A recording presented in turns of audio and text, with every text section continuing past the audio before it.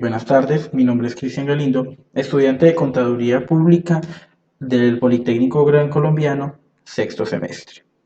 El día de hoy vamos a abordar lo que es la conducta del consumidor. Pero antes de ello, debemos tener muy en cuenta dos conceptos, los cuales se utilizan mucho dentro de esta teoría. Es utilidad y bien. ¿Qué es utilidad? Utilidad es la conformidad percibida por un consumidor al obtener y o consumir un bien. ¿Y qué es un bien? Es el producto o servicio por el cual el consumidor está dispuesto a pagar. La teoría del consumidor se enfoca en dos enfoques, el cardinalista y el ordinalista. El cardinalista cuantifica la utilidad de un bien para el consumidor y su unidad de medida es el útil. El enfoque ordinalista jerarquiza la utilidad de un bien para el consumidor según las preferencias que el consumidor tenga, valga la redundancia. Entonces arrancamos y entramos en materia con el enfoque cardinal. Enfoque cardinalista es el cual nos permite medir, cuantificar el estado de placer-satisfacción de un consumidor por medio de las funciones de utilidad total y utilidad marginal.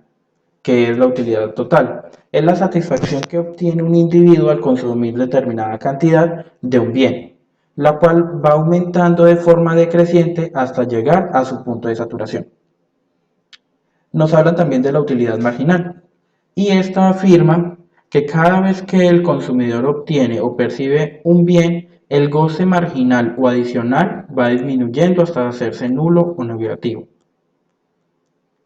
De igual forma, nos habla del cálculo de la utilidad, que el cálculo de la utilidad o la función de la misma es utilidad marginal igual a la variación de la utilidad total sobre la variación de las cantidades consumidas de un bien. También podemos despejarla de la siguiente forma. La utilidad total 2 de dicho bien menos la utilidad total 1 del mismo bien sobre la cantidad consumida de ese bien en segunda instancia menos la cantidad 1 del bien. Hay una ley de la utilidad marginal, la cual hace referencia a que la primera unidad del bien consumido es la que mayor satisfacción le dará al consumidor.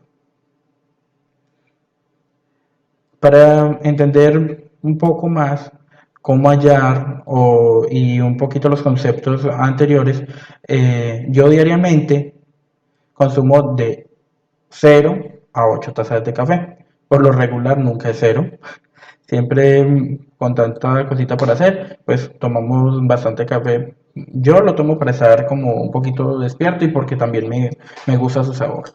Entonces, nos dice que tenemos estas unidades o cantidades de café y que esos son los útiles que me representa cada vez que consumo una taza de café. Es por consiguiente que si no consumo, pues no voy a obtener ni utilidad total ni tampoco utilidad marginal. Al consumir la primera taza del café del día, yo digo, mis datos son subjetivos, o sea, esos son mis conceptos. Los datos de la utilidad total son subjetivos, no hay una forma exacta de decir estos son los útiles que me representa consumir dicho bien. No, no hay un estándar. Entonces, yo digo que al consumir mi primer taza de café me brinda 90 útiles, al consumir la segunda 150, al consumir la tercera 200 y así sucesivamente. Hasta llegar pues al punto de saturación del cual hablábamos en la utilidad total y ya después pues vamos menguando porque igual al consumir tanto pues o nos llenamos o ya no es suficiente o se nos acaba el día y ya no queremos pues consumir más.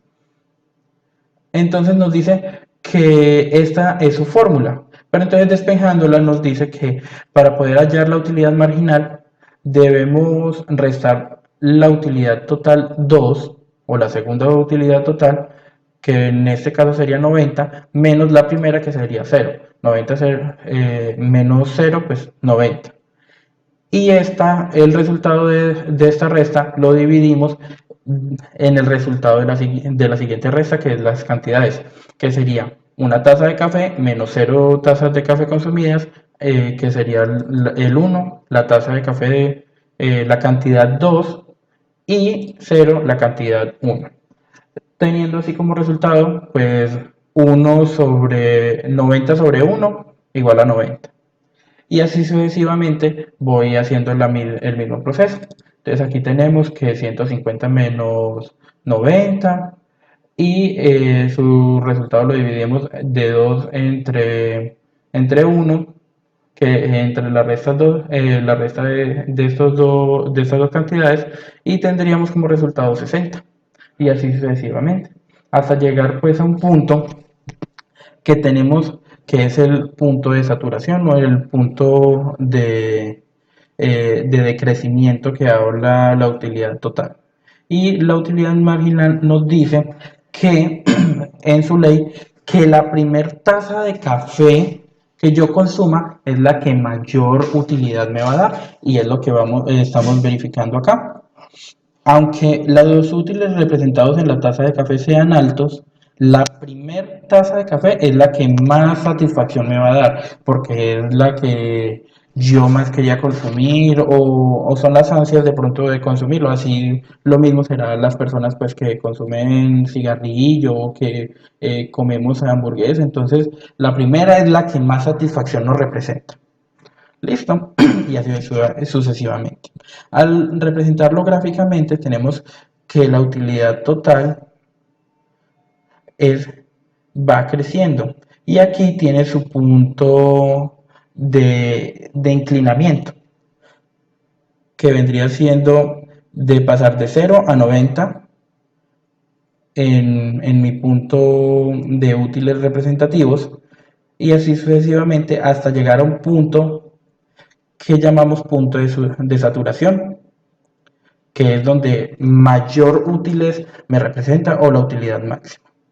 Y de ahí en adelante pues va decreciendo. Por eso dice que es la utilidad máxima, perdón, la utilidad total va aumentando de manera decreciente, porque va a llegar a su punto de saturación y de ahí en adelante va a ir bajando. Por otro lado tenemos la representación gráfica de la utilidad marginal, que nos dice en su ley que la primera taza de café es la que mayor útiles, o la que mayor satisfacción me va a brindar. Entonces de ahí en adelante va a ir bajando o disminuyendo, como lo vemos en la gráfica. Y aquí nos dice utilidad marginal decreciente, que es el punto donde ya, o sea, va disminuyendo, pero entonces ya aquí llega un punto donde es nula o es cero, como aquí lo hablábamos. Si pueden verificar, dicen que va a llegar a un punto donde va a ser nulo o negativo, lo cual podemos evidenciar en la tabla. Aquí viene siendo nulo, que es igual a 0, y negativo porque ya no quería consumirlo. Terminando así, y es de tener pues la relación que me dice que donde la utilidad total va a tener su mayor pico, en la utilidad marginal me va a representar el punto nulo o la utilidad marginal decreciente, que aquí lo vemos y se cumple. Entonces pasamos al siguiente punto, que es el principio o concepto de equimarginalidad. ¿Qué es el principio o concepto de equimarginalidad? Nos dice que hace referencia a que el último valor gastado en cantidad de bienes debe proporcionar igual placer o satisfacción. Pero entonces nos dice, antes de esto me estoy adelantando, que el consumidor se origina por restricción presupuestal que presenta él mismo por los ingresos que percibe. Así pues, se puede cumplir los siguientes pasos, que es la marginalidad que acabamos de hablar, y nos dice que la utilidad marginal del bien X sobre el precio de este bien, del bien X, es igual a la utilidad marginal del bien Y sobre el precio del bien Y. Igual, y así sucesivamente, pues por el número de bienes o productos o servicios que consumamos. Y nos dice que tenemos una restricción presupuestal, claro. O sea, nosotros tenemos diariamente o mensualmente o quincenalmente, según nuestro salario, algo que podemos gastar, porque también pues acarreamos en otros gastos que arriendo, servicios, comida, X o Y gastos. Entonces tenemos como ese rubro para poder suplir nuestras necesidades de un cesto o canasta de bienes. También nos dice que hay un principio que es el del ingreso, que nos dice que el ingreso es igual al precio del bien X por la cantidad del bien que se haya consumido o comprado, más la cantidad o el precio, perdón, el precio del bien Y por la cantidad del bien ya consumida y así sucesivamente hasta llegar pues si tenemos más de dos bienes o tres bienes comprados o consumidos. Y nos dice, o esto es igual y traduce que la suma de los gastos debe ser igual al ingreso. Claro, no podemos gastar más de lo que percibimos porque pues no hay dinero, no hay lógica en eso. Para eso tenemos pues una explicación que es la siguiente. Nos dice que me dan o tengo un presupuesto de 400.000 pesos para comprar zapatos y bermudas que necesito y quiero comprar, que es como lo que más me gustan, los zapatos y las bermudas, pues vivo en un clima de mucha temperatura, entonces es como lo que, y por mi trabajo, pues los zapatos para tener variedad, no sé, es un gusto. Vale, entonces aquí tenemos la cantidad de pares de zapatos que puedo llegar a comprar y su valor son 100.000 y la utilidad marginal que me representa. De igual forma, por otro lado, tenemos las cantidades de bermudas que puedo llegar a comprar y el valor que son 50.000 pesos, 50.000, la K de 50.000. Y la utilidad marginal que me representa pues comprar. Entonces me dicen aquí que si compro un par de zapatos por principio de utilidad marginal o ley de utilidad marginal, la primera siempre va a ser la que mayor satisfacción me va a brindar. Y de ahí en adelante pues va decreciendo. Entonces seguimos eh, acá teniendo como las opciones de compra, me dan 400.000 pesos, como aquí lo expresa, o tengo 400.000 pesos para poder comprar entre los dos bienes, porque también nos dice que un consumidor es racional y quiere consumir de los dos, no solamente va a consumir de uno solo. Entonces decimos que la primera compra y va a ser siempre del consumidor la que mayor satisfacción le genere o la que mayor útiles de utilidad marginal le genere. En este caso sería el par de zapatos que me genera 110 útiles. Entonces va a ser la primera compra que efectúe. La segunda, pues de estas, viene siendo igual. eh, el segundo par de zapatos, perdón, el segundo par de zapatos, sí, que me genera 90 útiles. Y me dicen que, pues, como buen consumidor, quiero tener de ambos. Entonces voy a comprar, aquí puedo comprar estos dos, entonces un par, dos pares, los sumo y pues me van a dar 90 útiles, que sería igual al siguiente, perdón, que sería igual a lo que tengo ya aquí, que es lo que me suman los útiles de estas dos compras. Y por último, verifico cuál de los dos es que me causa mayor satisfacción, que sería comprar el tercer par de zapatos. Cumpliendo con esto, también con el presupuesto. Me dice que debemos o tenemos unos principios que se deben cumplir, que es el de la equimarginalidad y el ingreso. Entonces el principio de equimarginalidad nos dice que la utilidad marginal de Y, perdón, aquí es Y, me equivoqué, la utilidad marginal del bien X sobre el precio del bien X es igual a la utilidad marginal del bien Y sobre el precio del bien Y. O sea, que la, la última compra que efectúe dividida sobre el valor de esta debe ser igual a la última compra que efectué del otro bien sobre el valor de dicho bien.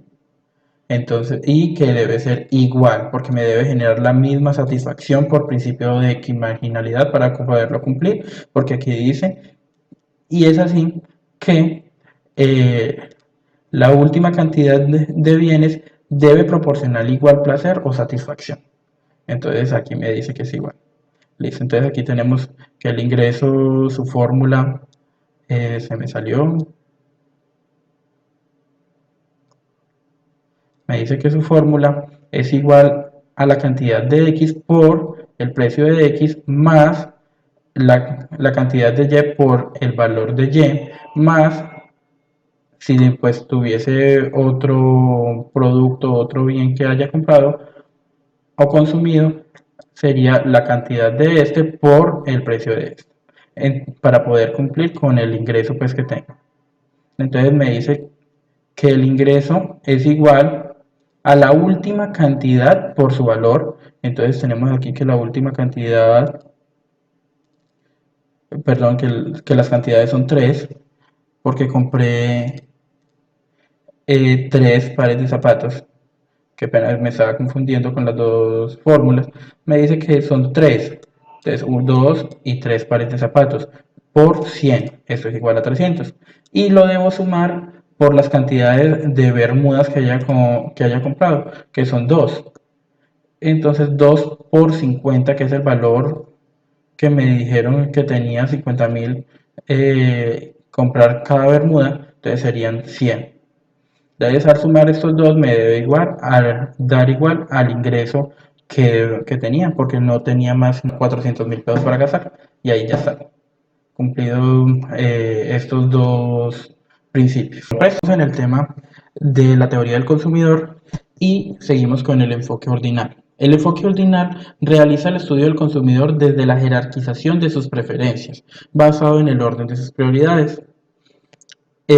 También toma en referencia las curvas de indiferencia que tiene el consumidor, a las cuales él mismo, como su nombre lo llama, él le es indiferente la combinación de bienes que utilice, porque cualquier combinación le ha de generar el mismo nivel de utilidad. Entonces, para tomar un ejemplo, aquí tenemos un plano cartesiano en el cual se ubica primero una restricción presupuestaria, donde se denota que cualquiera de los puntos que estén sobre ella es donde el consumidor vaya a llevar su presupuesto a cero o lo va a agotar, y nos dice el enfoque ordinal que la ley es que, o el principio, es que el consumidor siempre va a querer llevar a un punto de la cesta de bienes donde pueda consumir el mayor número de ambos bienes. Me explico. Tenemos aquí 3 puntos a tratar, o 3 puntos como tal, o 4 puntos mejor dicho, el A, B, C y D. Y nos dice que el consumidor siempre va a querer tener el mayor número de ambos bienes, pero que siempre va a tener una restricción presupuestaria. Me explico. Si el consumidor quisiera, o si dijéramos nosotros que no, que debía o que yo quería comprar 22 portaminas, pero 6 lapiceros. pero entonces para el mes pues me van a hacer falta porque también utilizo lapiceros. Entonces esta no es buena opción. Si vemos la opción B, que es el punto B, nos dice que tenemos aquí la opción de compra de 5 lapiceros y, perdón, de 5 portaminas y 15 lapiceros. Estoy llevando como a equidad el consumo de los dos bienes. Aquí tenemos otro que también nos favorece, que son 4, pero entonces ya tendríamos 18 lapiceros, que pues para mi concepto, pues 18 lapiceros en un mes, no creo que sería como muy agradable. Y el punto D, que es la otra curva que está por debajo del ingreso o la restricción presupuestaria, que me dice que puedo obtener 20 lapiceros pero apenas dos portaminas. Y pues ambos productos los necesito y ya sería muy bajita la cantidad de productos de portaminas que tendría. Y pues tengo ya estudiando esto, pues entonces la mejor opción sería o la B o la C. Para mí sería la B. Sería nuestro mejor punto para el consumidor o para mí porque pues esto es como para mí, para todo lo que tengo que hacer, mi trabajo, mi estudio, tener los dos elementos o bienes sería lo formidable. Entonces decimos que todo lo que está aquí es la posibilidad que puede obtener o consumir el consumidor, valga la redundancia. Que lo que esté sobre la línea de restricción presupuestaria o ingreso es la que me va a llevar a agotar, pero va a atender el consumidor a comprar de esa cesta de bienes o esa posibilidad de bienes, porque es donde va a tener como la equidad de tener de los dos. Y lo que esté por fuera, pues ya viene siendo algo que no puede adquirir el consumidor porque recuerda que tenemos una restricción presupuestaria y no puedo obtenerlas porque no tengo el ingreso, no tengo el dinero como tal para poder asumir lo que quisiera, pero no puedo, pues no tengo el dinero, no tengo de dónde comprarlo. Muchas veces pues también plantea pues que debemos comprar o adquirir algún compromiso extra que sería un préstamo. Tenemos que hablar también de sus parámetros, los cuales se cumplen y son exactos. Nos dice que las pendientes son negativas porque cada vez que nosotros queramos consumir más de un bien que de otro, tenemos que sacrificar de ese otro bien para poder comprar del otro. Entonces, para explicarme, ejemplo, aquí en el primer punto decimos que yo quiero comprar 22 portaminas y que para yo comprar esos 22 portaminas solamente puedo comprar 6 lapiceros. Pero si yo llegara a querer comprar 15 lapiceros, que es este punto, ¿cuántos portaminas tengo que sacrificar? Si podemos hacer la resta, decimos que para poder yo llegar a comprar 15 lapiceros, entonces tengo que 22 menos 15, perdón, menos 5, que son la cantidad de lapiceros que voy a obtener, son 17, entonces tengo que sacrificar. De eso nos habla la pendiente negativa, que la relación de los bienes son inversa, o sea que yo tengo que siempre sacrificar de un bien para poder obtener otro. ¿Vale? Después nos dicen que no se intersecan o que no se cruzan, porque cada nivel es diferente por principio de transitividad. Me explico, por acá tengo otra, otra alusión como tal a las curvas de indiferencia y me dicen que cada curva representa una utilidad diferente. y que por principio de transitividad no puede ser, no se hace el cruce. El principio de transitividad se puede explicar de la siguiente forma. A mí, Cristian Galindo, me gusta consumir café, pero entonces si no hay café, primero que todo, sería mi segunda opción jugo. Si no hay café ni jugo, entonces sería agua. Entonces, el principio de transitividad me dice que primero voy a querer consumir café que jugo. Si me dan las dos opciones, pero si me dan entre a escoger agua y jugo, pues siempre voy a querer antes jugo.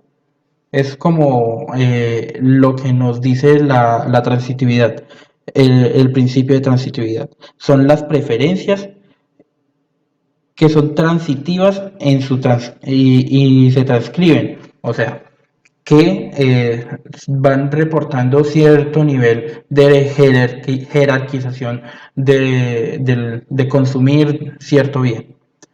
Espero haya quedado pues comprendido ese pedacito. Seguimos también con la mayor satisfacción entre más alejada del origen. Este es el origen, que aquí por lo regular siempre es cero. Aquí el origen es cero. Por lo regular no, siempre es cero. Entonces, dice que el consumidor siempre va a querer consumir o, o hacer la solicitud de la curva más alejada del origen. ¿Por qué? Porque esta es la que más utilidad me va a brindar, porque entre esta es la que yo más productos puedo consumir o la mayor variedad de productos puedo obtener y variedad y cantidad de productos. El último parámetro de las curvas de indiferencia nos dicen que son convexas al origen. Para poder entender este parámetro, pues nos desplazamos al ejemplo inicial. Entonces, me dicen que yo como consumidor siempre voy a querer la que esté más alejada del origen porque es la que mayor número de bienes o variedad de bienes voy a poder tener de ambos. Me explico. Si yo me voy a sacar hasta la 22, entonces solamente voy a tener 22 portaminas, pero apenas 6 lapiceros. Pero entonces, si yo llego a este punto B o al punto C, pues entonces voy a tener como un equilibrio entre los dos. Entonces en el C voy a tener 18 lapiceros y 4 portaminas. Y en el B voy a tener 5 portaminas y 15 lapiceros. Entonces va a estar como equilibrado esa parte. Por otro lado, también nos hablan de la tasa marginal de sustitución. Entonces nos dicen que la función del presupuesto, perdón, para despejar esto, dice que es la variación de Y sobre la variación de X, del bien Y sobre la variación del bien X. Reemplazando nos dicen que la función del presupuesto es igual al precio de Y por la cantidad de Y más al precio de X por la cantidad de X. Ejemplo sería que nuestro presupuesto máximo es 22 cantidad sobre 20, que sería como el máximo de aquí. Entonces tendríamos acá 22Z o portaminas por su valor, no sabemos cuál estamos solamente despejando, más la cantidad mayor que es 20 por 20 de X o lapiceros por su valor. Pasamos a los tipos de curva de indiferencia. Entonces tenemos el, el que nos dice que son los sustitutos perfectos y la pendiente es constante. Si yo quiero consumir cerveza, ejemplo, no me importa si es en lata o en botella, lo que me importa es el líquido como tal. Entonces, si quiero una lata de cerveza, es igual a una botella de cerveza, en esencia. Dos latas de cervezas es igual a dos latas de botella. No me va a variar como tal el consumo, porque siempre lo que me importa es consumir en esencia el líquido o el producto. También ejemplo de esto están las gaseosas. Por ejemplo, si quiero consumir Coca-Cola, entonces puedo consumirla en lata o en botella y pues me va a dar igual porque lo que voy a consumir es el producto que yo estoy deseando en el momento. Tenemos la curva de indiferencia de, de forma de ángulo recto, que por ende, si consumo un producto, tengo que consumir el otro. O se va a ver como tal la compra de los dos. Si yo compro un zapato derecho, si tengo dos piernas, tengo que comprar un zapato izquierdo por donde dé. Por otro lado, tenemos las que son lineales. Entonces son la de los intereses y los préstamos es como el mejor ejemplo, porque está así y no en línea recta. Porque si nosotros vamos a adquirir un préstamo, iniciamos pagando poquito de capital, muy básico, pero el interés siempre va a ser alto. El interés por lo regular va a ser igual o mayor inicialmente al abono a capital. Ya pasando de estos tres tipos de curva, seguimos al siguiente tema, que son los cambios en el presupuesto del consumidor. ¿Cómo afecta las curvas de indiferencia? Entonces, en primera instancia tenemos que el aumento de los ingresos nos genera un desplazamiento hacia la derecha de la recta. ¿Por qué? Tenemos un presupuesto inicial. Si yo pues me subieron el salario o cambié de cargo y me incrementó como tal el ingreso, entonces voy a tener posibilidad de comprar más zapatos y bermudas como inicialmente, como en el ejemplo anterior.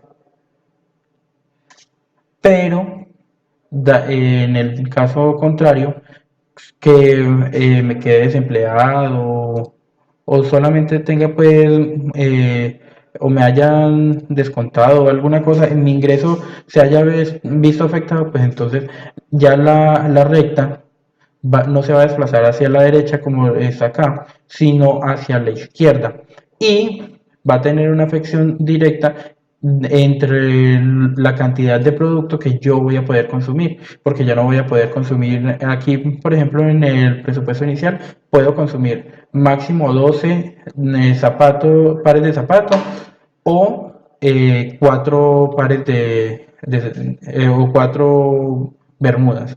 Ya si disminuyo, entonces son 9, voy a poder comprar 9 pares de zapatos máximos o 3 pares o 3 bermudas. En eso me va a afectar.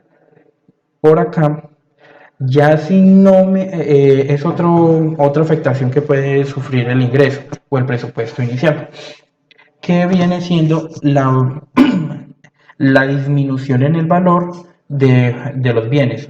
Ejemplo, si ya anteriormente en el enfoque cardinal habíamos visto que las bermudas valían 50.000 pesos y aquí me dicen que yo solamente puedo comprar 4, pero que ya no valen 50.000, sino que valen 30.000. Entonces ya puedo comprar dos bermudas más. Entonces, la recta se desplaza, pero solamente en el ángulo X, que es la que representa en ese ejemplo las bermudas.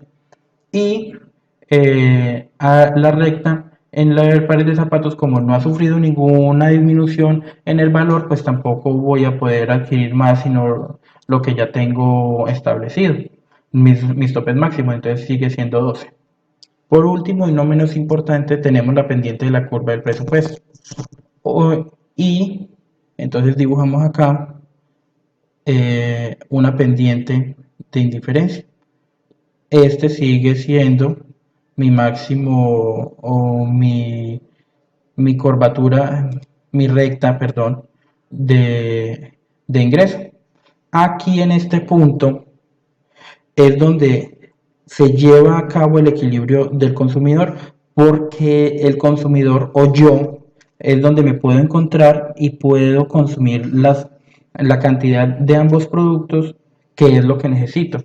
Entonces aquí en este punto más o menos son 7 y 2 bermudas, sería el punto de equilibrio, que es representado en la variación del producto Y, que serían los zapatos, sobre la variación del producto X igual a menos el precio del producto X sobre el precio del producto Y.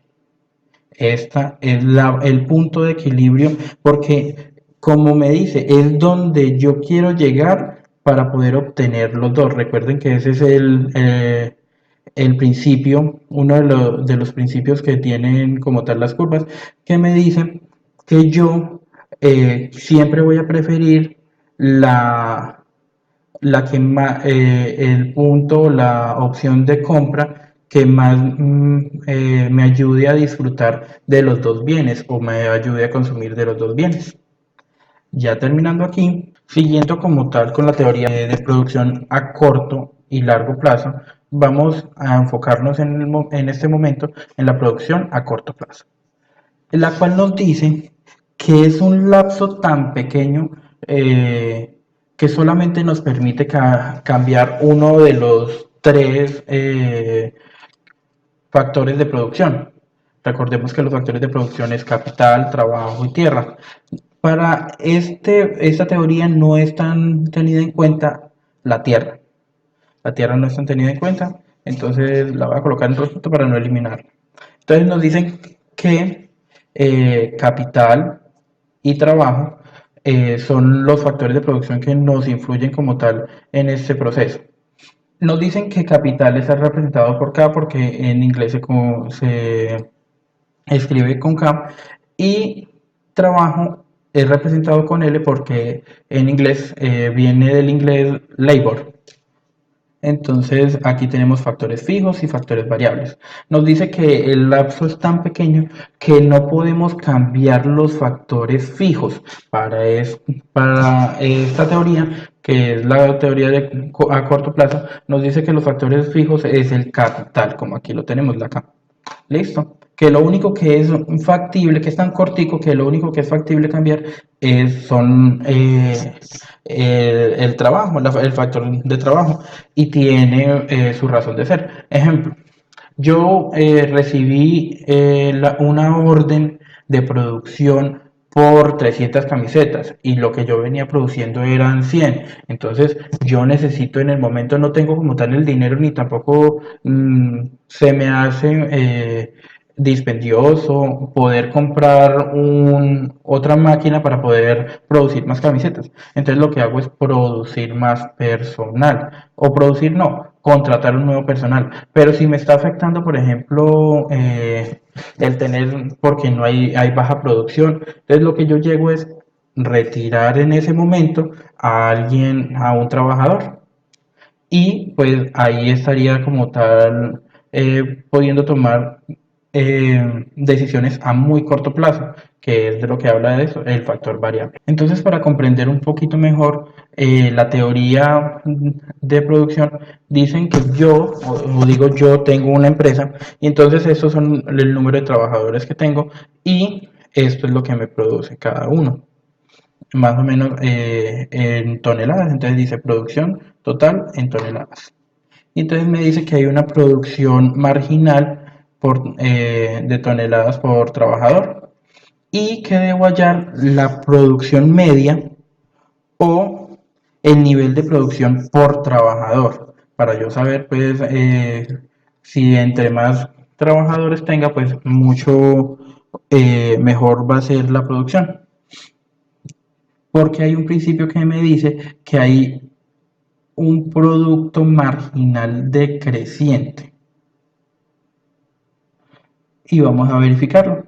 Entonces me dice que pues si no tengo a nadie trabajando, pues cómo voy a producir. Entonces me dice que tengo una persona y esa persona me produce en total 0,55 toneladas. Eso puede ser un periodo de un mes o un día. Eh, y esa es la producción marginal de esta personita. Después me dicen que la fórmula para poder hallar la producción media es toneladas sobre trabajador o unidades producidas por trabajador. Entonces aquí llego y divido y me viene verificando los datos. Entonces se está cumpliendo porque me dicen que a mayor número de trabajadores va a llegar a un punto donde no voy a producir igual. Aquí tengo 5, producía una tonelada por trabajador, por 5 trabajadores, perdón, y aquí tengo 6 trabajadores y tengo 0,97. Entonces el aumento va a ser mm, eh, el aumento va a ser de producto marginal decreciente, o sea, va a llegar a un punto que va a siempre ir subiendo, pero va a llegar a un punto de inactividad y va a bajar, porque igual tengo las mismas condiciones. Si yo ya tendría que reestructurar de pronto la empresa para poder aumentar mi producto marginal o mi producción. Aquí tenemos como tal la gráfica. Me dicen que esa es la gráfica y vemos del producto total, perdón, que es este. Ahí tenemos y la llamamos. Y aquí tenemos una relación entre el producto marginal y el producto medio. Y vemos que se cumple. Va aumentando, pero igual va a llegar a ese punto de máxima producción y de ahí en adelante va a empezar a bajar. Y de igual forma en el producto medio. Y aquí decimos que en el producto marginal vamos a llegar a un máximo y de ahí en adelante vamos a decrecer. Por otro lado, vamos ya y con eso terminamos como tal la teoría de la producción a corto plazo y vemos este pequeño ejemplo de producción a largo plazo. Entonces, yo tengo una panadería en la cual tengo 4 trabajadores y tengo 2 hornos. Y con estos 4 trabajadores y estos 2 hornos produzco 600 almojábanas, pero quiero expandir mi negocio. Al expandir mi negocio, entonces yo quiero poner panaderías, si es en Bogotá, de pronto lo ponga en diferentes barrios alejados y diferentes, o por todo, 3 panaderías más de pronto en buenos puntos de Colombia, por así decirlo, no salirnos pues del ámbito nacional. Decimos que aquí pues no hay punto de referencia en comparación con otra porque pues no es mi panadería. Yo solamente conozco pues el comportamiento y la producción de mi panadería. Entonces tenemos acá que ya monté mis 3 panaderías. En las 3 tengo la misma cantidad de personas y de hornos que la dupliqué para poder producir más. Entonces, en la panadería 1 porque necesito abastecer y pues quiero crecer como empresa. Entonces, vemos que produzco 1600, o sea, yo esperaba que se produciera 1200 porque pues es el doble, pero entonces tengo una economía creciente. Mi rendimiento en escala es creciente, porque la producción tiene esta unidad de medida, rendimientos en escalas. Entonces, dice que la producción media por trabajador es de 200 almojábanas. Esto puede ser mensual. Dice que una de las posibilidades por las cuales puedo llegar como tal a sobrepasar es que los trabajadores se veían limitados con un solo horno o por cada 2 trabajadores.